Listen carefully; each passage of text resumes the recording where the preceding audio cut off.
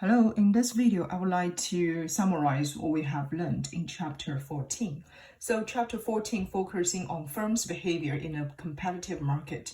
So first in this chapter, we learned what is the perfectly competitive market, because this is the market that we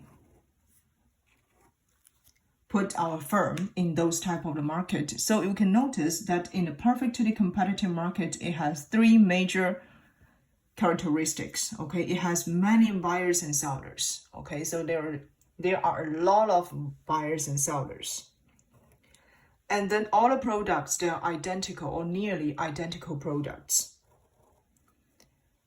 The last characteristic is for those markets, they are free entry and exit, which means firms are easily to enter the market, and if firms want to exit the market, there is no barriers. Okay, so those type of the perfectly competitive market actually do not exist in our reality. Okay, this setting is just for our easier analyzing of firms' behavior. Okay, so if you want to find out a market that nearly or really close to this perfectly competitive market, that could be some agricultural products market, such as the corn market, the wheat market. Okay, and the most important thing is in this perfectly competitive market, each buyers and sellers, they have no impact on price. Okay, so everyone is just a price taker.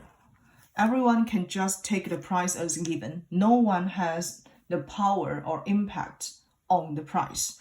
This will be very different from monopoly market, because in a monopoly market, the sellers definitely have absolute power to affect the price. Okay, and second, in this chapter, we also talk about in a competitive market, very important. Okay, price equal to marginal revenue equal to average revenue. Okay, so this is also a very important rule in this chapter. So here I will show you how we derive the price equal to marginal revenue equal to average revenue. This is only true in perfectly competitive market. Okay, so for a firm in a competitive market, the total revenue will just equal to price times quantity. Right here, I use TR to represent total revenue. And then for average revenue, it will just use the total revenue divide Q. So you can use P times Q divide Q. So you can notice here Q and Q eliminated, so only P left, right? So here we have the P equal to average revenue. Okay, and then for marginal revenue, what's the definition of marginal revenue? In this slides, we talk about marginal revenue measures if the firms want to sell one more unit. What's the additional revenue that this actual units can bring to the firm, right? Therefore, we will use the change in total revenue divide the change in quantity.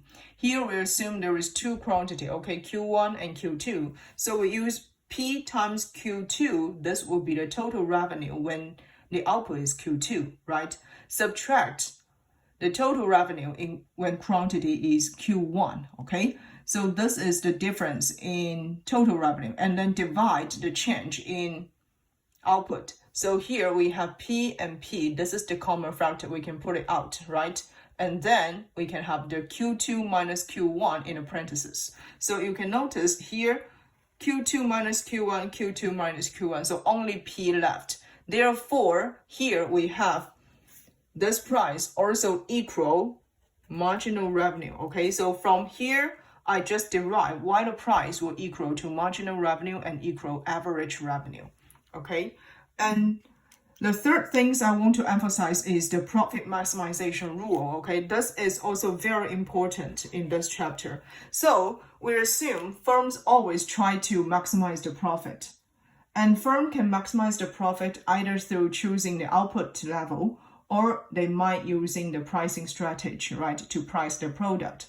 However, in a perfectly competitive market, firms has no impact on price. They're just a price taker. So what can firm do? They can choose the output level, okay? Choose the output level to maximize the profit.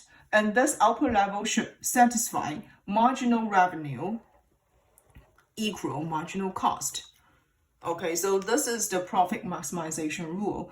If the marginal revenue larger than marginal cost, which means producing one more unit will bring you more revenue, so the firms will keep producing, right?